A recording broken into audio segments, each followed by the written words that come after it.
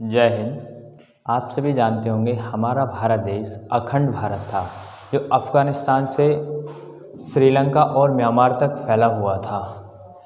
अखंड भारत कैसे टूटा, कैसे फिर राज्यों का पुनर्गठन किया गया, इसे समझते हैं। हमारे देश या राज्य को चलाने वाली जिस किताब का नाम है उसे हम इंडियन पॉलिटी, भारतीय संविधान कहते हैं। भारतीय संविधान में 22 भाग हैं, 22 भाग हैं और 395 अनुच्छेद हैं, 395 अनुच्छेद हैं।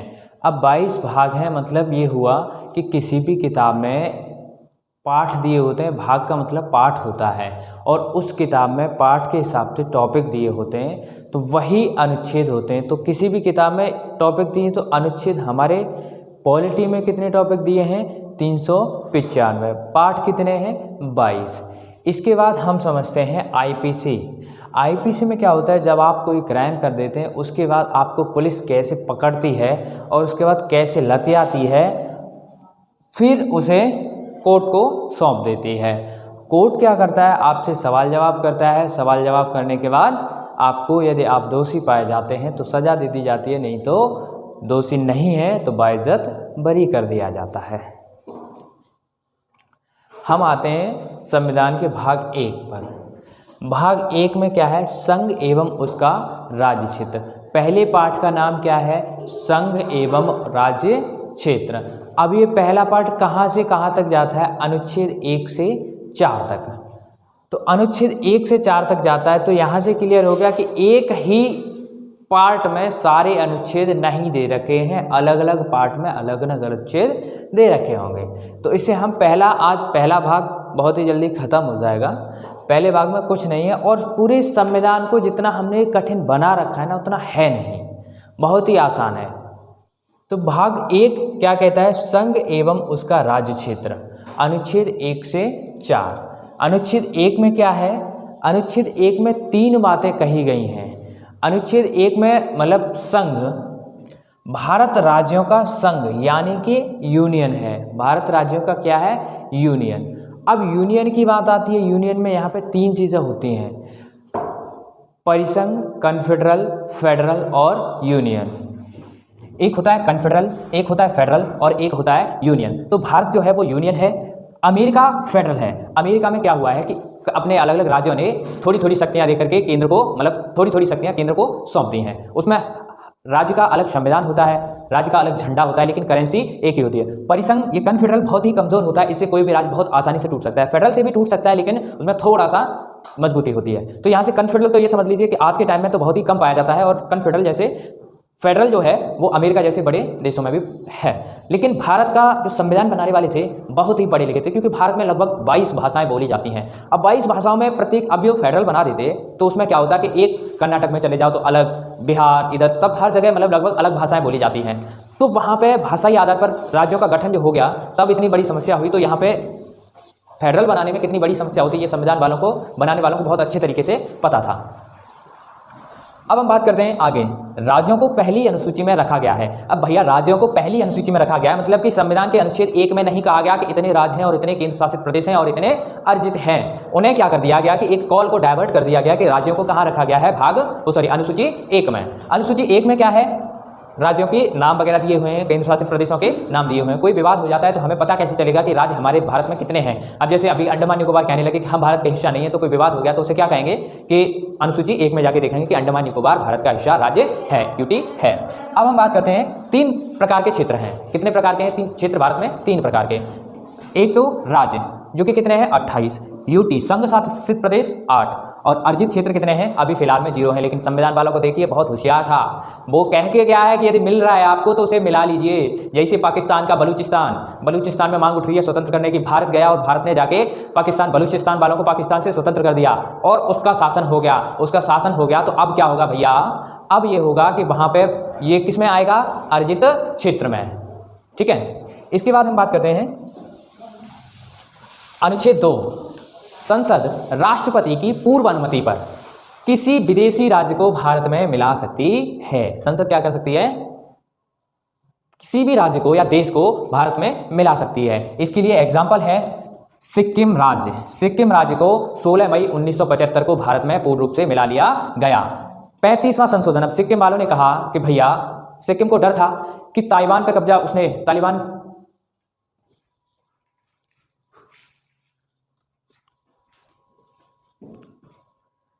सिक्किम को डर था कि चाइना ने जैसे तिब्बत पे कब्जा कर लिया है, तिब्बत के लोगों को 4 परिवार के लोग हैं उनमें से एक को उधर अलग अलग जगह पे फैला दिया है। तो ऐसे ही सिक्किम को डर था, हम तो अपने आप में वैसे ही छोटे हैं, हमें यदि किसी चाइना ने कब्जा कर लिया तो हमें तो बर्बाद कर देगा, हम तो कुछ नहीं रहेंगे। तो उसके बाद सिक्किम ने क्या किया कि भारत से बोला कि भाई हमें अपने में मिला लीजिए। तो भारत में पहले वो पूर्ण रूप से नहीं मिला, उसने कहा जाना कि भारत के लोग कैसे हैं। तो जानने के लिए भारत में 35वां संविधान संशोधन हुआ 1974 में, जिसमें सिक्किम को सहराज्य बनाया गया। अनुच्छेद 2A के तहत सिक्किम को क्या बनाया गया? सहराज्य। अनुच्छेद 2A के तहत उसमें स्पेशल अनुच्छेद जोड़ा गया 2A। इसके बाद संविधान ने मतलब सिक्किम वालों को लगा कि हाँ भाई भारत बिल्कुल हमारे जैसा है, जैसे हम हैं वैसे ही भारत के लोग हैं। तो उन्होंने क्या किया, 36वां, उन्होंने कहा हम पूरे रूप से मिल जाते हैं। तो 36वां संविधान संशोधन 1975 में करके और सिक्किम 22वां राज्य बन गया। अब भाई देखिए अनुच्छेद 3 में क्या कहा है कि संसद राष्ट्रपति की पूर्व अनुमति से भारत के किसी भी राज्य के नाम, सीमा और क्षेत्र में परिवर्तन कर सकती है। अब भैया देखो यहाँ पे क्या है ना कि ये राष्ट्रपति की पूर्व अनुमति है ना, राष्ट्रपति की पद की गरिमा के लिए है। पद की गरिमा कैसे? भैया राष्ट्रपति का जो पद है वो बहुत बड़ा पद है। अब इसमें आप है ना उनसे कहिए ना भाई उनसे पूर्व अनुमति नहीं, यहाँ पे आप लिख दीजिए सूचना। एक्चुअली में होता क्या है कि जो राष्ट्रपति को जब हम क्षेत्र या किसी भी देश को मिलाने जाते हैं तो पहले सूचित किया जाता है।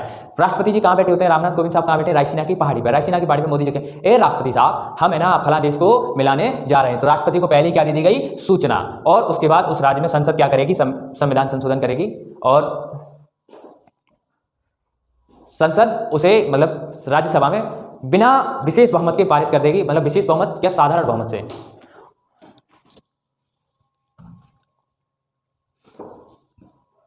अनुच्छेद 3 में क्या कहा गया है? संसद राष्ट्रपति की पूर्व अनुमति से भारत के किसी भी राज्य का नाम, सीमा, क्षेत्र में परिवर्तन कर सकती है बिना उस राज्य की सहमति के। यहाँ पे एक चीज कहा गया है कि राष्ट्रपति की पूर्व अनुमति पद की गरिमा बनाए रखने के लिए कहा गया है। इसमें क्या होता है कि राष्ट्रपति को पहले ही सूचना दे दी जाती है। अब जैसे राष्ट्रपति साहब कहाँ पे बैठे हैं? तुम्हारे रायसीना की पहाड़ी पे। तो अभी मोदी जी क्या कहेंगे?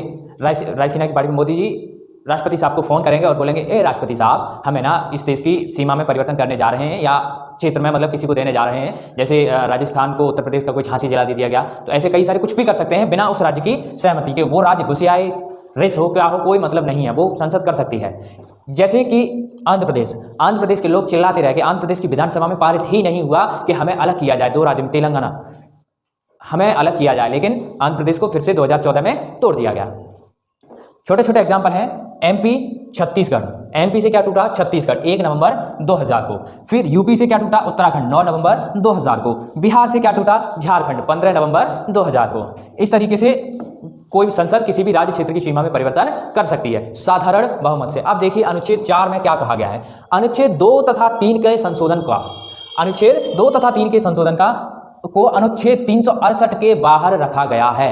अनुच्छेद 368 के बाहर रखा गया है। इसका मतलब कि राष्ट्रपति साहब इसके लिए कुछ भी नहीं कर सकते। राष्ट्रपति साहब से क्या कहा जाएगा कि भाई आपको सिर्फ सूचना दी जाएगी, बाद बाकी आप कुछ भी नहीं कर सकते हो, क्योंकि अनुच्छेद 368 के बाहर जो भी संशोधन होता है वो सामान्य होता है, उसे संविधान में मतलब जोड़ा नहीं, संविधान संशोधन नहीं किया जाता है। तो इसके बाद क्या हुआ कि साधारण बहुमत यानी कि 50%। अब भारत में टोटल जो सीटें हैं वो कितनी हैं? 545। अब 545 का आप 50% निकालेंगे तो लगभग 272 आएगा। अब 72 आदमी को आधा तो काटा नहीं जा सकता, इसीलिए हम कितना ले लेते हैं? 273। अब यहाँ पे क्या होता है? दूसरा पॉइंट क्या कहा गया है कि राष्ट्रपति साहब बाध्य हैं। राष्ट्रपति साहब को पहले ही सूचना दे दिया गया, राष्ट्रपति कुछ नहीं कर सकते हैं इसमें। अब राष्ट्रपति जी तुम्हारे बाध्य हैं, यदि राष्ट्रपति कुछ आनाकानी करेंगे तो पता है क्या होगा? अनुच्छेद 61 के तहत उन पर महाभियोग, और महाभियोग का मतलब होता है प्यार से लतिया देना। क्या होता है? प्यार से लतिया देना। अनुच्छेद 61 है ये, जब जहां पे अनुच्छेद 61 आएगा वहां पे महाभियोग समझा देंगे। इसके बाद तीसरा पॉइंट दे रखा है आपको, अनुसूची 1 और 4 भी प्रभावित होगी। अब देखिए आप है ना किसी भी विदेशी राज्य को मिलाएंगे, अनुच्छेद 2 या 3 क्या कहता है कि विदेशी राज्य को मिला लो। तीसरा मिल गया है उसकी सीमा, राज्य क्षेत्र मतलब सीमा वगैरह जो भी है उसमें थूर थार करके मतलब परिवर्तन कर दो, जैसे भी है आप चाहो वैसे कर दो। तो अब ये दोनों, 2 में क्या किया? मिला लो। 3 में क्या किया कि परिवर्तन कर दो। तो अब यहाँ पे परिवर्तन होगा तो अनुसूची 1 में क्या दे रखा है? राज्यों का नाम। अब भैया आपने कोई भी विदेशी राज्य या देश मिला लिया है तो उसका कुछ ना कुछ नाम रखोगे आप, या होगा पहले से नाम, तो उसे अनुसूची 1 में ऐड करोगे कि नहीं करोगे? जी बिल्कुल करेंगे। फिर वहाँ पे शासन करने के लिए वहाँ पे सांसद या विधायिका वगैरह, एमएलए वगैरह होंगे या नहीं होंगे? तो अनुसूची 4 में क्या दे रखा है? सांसद, विधायक, एमएलए जो भी जितने भी हैं वो उठाएंगे, तो अनुसूची 1 और 4 भी प्रभावित होंगे। इसके बाद हम बात करते हैं, हमारा जो भाग 1 था वो खत्म हो गया है। हम बात करते हैं अखंड भारत, हमारा भारत कैसे टूटा। तो भारत कैसे टूटा? पहला भारत का जो विभाजन था वो 1893 ईस्वी में डूरंड लाइन से पहला विभाजन हुआ। अब ये डूरंड लाइन किसके बीच खींची गई? अफगानिस्तान और भारत। पहले जो था वो अफगानिस्तान भारत था, मतलब पाकिस्तान भी किसमें था? भारत में था, तो वो भारत ही था और अफगानिस्तान अलग था। तो अफगानिस्तान को अंग्रेजों ने 1893 में डूरंड लाइन की तरफ डिवाइड कर दिया, अलग वो अफगानिस्तान उधर बन गया, इधर भारत रह गया। उस समय पाकिस्तान नहीं था। अब बात करते हैं डूरंड कप, एक खेल भी होता है जो फुटबॉल मैच में डूरंड कप दिया जाता है, तो ये कभी कभी क्वेश्चन पूछ लेता है, इसे ध्यान रखना। इसके बाद 1935 में जो था वो बर्मा, म्यांमार, उसका पहले का नाम क्या था? बर्मा। तो बर्मा 1935 में अलग हो गया। 1947 में आपका नल्ला, मतलब कि पाकिस्तान, पूर्वी पाकिस्तान एंड पश्चिमी पाकिस्तान में टूट गया। पूर्वी पाकिस्तान जो पूरब में था, जो अभी के एट ए टाइम पाकिस्तान है, और जो पश्चिमी पाकिस्तान था वो बांग्लादेश है। बांग्लादेश को 1971 में वो भारत ने आज़ाद करवाया था। वो पाकिस्तान अपने ही देश के लोगों पर अत्याचार करता था। बहुत ही घटिया मेंटेलिटी है यहाँ के पाकिस्तान के लोगों की। आगे हम बात करते हैं भारत, जो अब हमारा भारत है वो कैसा है, 1951 में कैसा था और अब कैसा है। 1947 के समय में जब भारत आज़ाद हुआ तो अंग्रेज तो जैसा था वैसा छोड़ के चले गए। तो उस समय 542 देशी रियासत थी, 542 देशी रियासत थी। पाकिस्तान में टोटल 13 देशी रियासत कहीं थी। अब 3 देशी 542 में से 539 ने तो भारत के विलय पत्र पर हस्ताक्षर कर दिए, बची 3 देशी रियासत। भैया इन्होंने क्या किया? विलय पत्र पर हस्ताक्षर नहीं किया। अब इन 539 या 542 को मिलाने का, एकीकरण करने का जो काम किया था वो उसमें 3 सदस्य थे, सरदार वल्लभ भाई पटेल, बीपी मेनन और माउंटबेटन। इनका भी बहुत महत्वपूर्ण योगदान रहा है देशी रियासतों को, मतलब भारत का एकीकरण कराने में। यदि ये दोनों किसी भी क्वेश्चन में ऑप्शन में नहीं दिए होते हैं तो आप क्या क्लिक करोगे? माउंटबेटन। अब वो 3 देशी रियासत कौन कौन सी थी उन्हें समझते हैं। हैदराबाद, ऑपरेशन पोलो, वल्लभ भाई पटेल बहुत होशियार थे। उन्होंने क्या किया? पुलिस के भेष में सेना को हैदराबाद में घुसा दिया और ऑपरेशन पोलो के तहत हैदराबाद को मिला लिया गया सैन्य कार्रवाई से। इसके बाद जूनागढ़, जूनागढ़ में क्या हुआ? जनमत संग्रह करा लिया। जूनागढ़ के जो राजा थे वो मुसलमान थे और प्रजा वहाँ की ज़्यादा हिंदू थी। तो वहाँ पे राजा ने कहा कि नहीं, हम तो पाकिस्तान में मिलेंगे। तो पाकिस्तान प्रजा ने क्या कर दिया? विरोध कर दिया और वहाँ पे वल्लभ भाई पटेल ने जनमत संग्रह करा दिया और उसे जूनागढ़ को जनमत संग्रह से भारत में मिला लिया गया। अब बचा तुम्हारा जम्मू एंड कश्मीर। ये तो अलग ही दुनिया में रहते थे। इन्होंने कहा ना, हम ना पाकिस्तान में मिलेंगे ना भारत में मिलेंगे, हम तो अपना अलग ही राज्य बनाएंगे। वाह भाई, अलग ही देश बनाएंगे। वाह भाई वाह, क्या बात है। आज के भी अभी देखा कुछ दिन पहले जम्मू कश्मीर वाले, ना हम तो अपना अलग ही बनाएंगे, अलग ही बनाएंगे ना कुछ। अब तो वो पता है राज्य भी नहीं रहे, केंद्र शासित प्रदेश में डिवाइड हो गए। तो उस समय के भी राजा हरि सिंह थे वहाँ के, तो उन्होंने कहा ना, हम तो देश बनाएंगे अपना। पाकिस्तान ने क्या किया? आतंकवादी घुसा दिए, आतंकवादी घुसा दिए। ला भैया, अब क्या हुआ कि राजा हरि सिंह को लगा कि अब तो ना हमारा जम्मू कश्मीर की तो बात छोड़, हमारा घरों नहीं बचेगा, तो हम क्या करेंगे? तो वो भागे भागे आए नेहरू जी के पास, बोले नेहरू जी हमें बचा लीजिए। बोले नेहरू जी क्या हुआ? पटेल जी देखिए तो क्या हुआ? तो पटेल जी से बोले अरे नहीं चाचा, हमें बचा लीजिए। तो पटेल जी बोले ना, हम क्या को बचाएं भैया, तुम तो अपना अलग देश बनाओ। तो बोले कि ना, आप जो भी कहेंगे वो हम मानेंगे। तो बोले ठीक है, लो ये विलय पत्र, इस पर हस्ताक्षर कर दो और हम आपको। तो इस तरीके से 26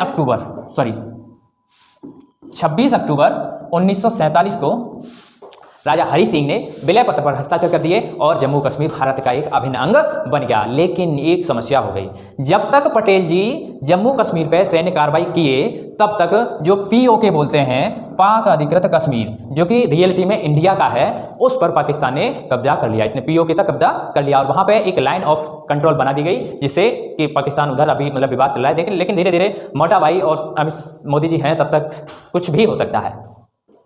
तो 1951 के टाइम पे जो भारत था वो कैसे किस तरीके से 4 भागों में बटा हुआ था। ए में था ब्रिटिश भारतीय बड़े प्रांत 9 थे तथा उसमें 216 रियासतें थी। दूसरा बी पार्ट में था छोटे ब्रिटिश भारतीय राज्य 275 देशी रियासतें। तीसरा था सी 61 देशी रियासतें और चौथे में था डी में यूटी और अर्जित क्षेत्र। भाई हर अर्जित क्षेत्र जरूर भैया, संविधान वाला बहुत होशियार था, मिले तो छोड़ना मत, मिला लेना। अब इसके बाद आता है हमारा राज्यों का पुनर्गठन। ये राज्यों का पुनर्गठन कैसे हुआ? उस समय तो 4 भागों में थे, ABCD में। अब ये पुनर्गठन किया गया तो पुनर्गठन आयोग, सबसे पहला आयोग एस के धर आयोग था, जो कि 1948 में गठित किया गया। दूसरा आयोग भी 1948 में गठित किया, JBP समिति। JBP समिति भी 1948 में गठित हुई। जवाहरलाल नेहरू, वल्लभ भाई पटेल और पुट्टाभी सीतारमैया, तो इन तीनों की अध्यक्ष, मतलब ये 3 सदस्य थे JBP समिति के। इन्होंने क्या किया कि भाषाई आधार पर राज्यों का विरोध किया। दोनों ही समितियों ने क्या किया, भाषाई आधार पर राज्यों का विरोध किया। भैया ठीक है, इन्होंने तो कहा ना भाषाई आधार पर हम राज्य नहीं बनाएंगे, लेकिन एक बवाल हो गया उससे। पोट्टी श्री रामुलु जो कांग्रेसी थे वो भूख हड़ताल पे बैठ गए। 56 दिनों की भूख हड़ताल के बाद उनकी मृत्यु हो गई 15 दिसंबर 1952 को। लो अब तो आंदोलन और तेजी हो गया कि ना हम भाषाई आधार पर राज्य चाहिए हमें। तो क्या हुआ, अब इनकी मृत्यु के जस्ट अब भाई विरोध होने लगा, देश में अराजकता फैलने लगी। तो नेहरू जी ने क्या किया कि 19 दिसंबर 1952 को घोषणा कर दी कि आंध्र प्रदेश को तेलुगु भाषाई के आधार पर राज्य बनाया जाएगा। उसके बाद 1 अक्टूबर 1953 को आंध्र प्रदेश फर्स्ट भाषाई राज्य बना। आंध्र प्रदेश पहला भाषाई राज्य था जो 1953 में बना था। अब उसके बाद आता है, अब ये भाई एक बन गया तो अब तो और भी मांग उठेंगे। इधर महाराष्ट्र था, ये गुजरात वगैरह वगैरह बहुत लंबे क्षेत्र में फैला हुआ था। तो अब क्या किया गया कि फजल अली आयोग का गठन किया गया 1953 में। उसके जो फजल अली आयोग थे वो सुप्रीम कोर्ट के जज थे। 3 और सदस्य थे, हृदयनाथ कुंजरू, KM पडिक्कर। इन्होंने क्या किया, इन्होंने अपनी रिपोर्ट दी 1956 में। अपनी रिपोर्ट कब सौंपी, 1956 में। इन्होंने बोला अपनी रिपोर्ट में कि 16 राज्य और 3 केंद्र शासित बनाए जाएं। तो भैया ये एक आयोग था, इनका ये नहीं है इन्होंने जो कह दिया वही मान लिया जाएगा। तो संसद ने क्या किया, संसद ने इनकी बात मतलब मानी, लेकिन उसमें क्या किया कि 14 राज्य और 6 केंद्र शासित प्रदेशों में भारत देश के राज्यों का पुनर्गठन किया गया।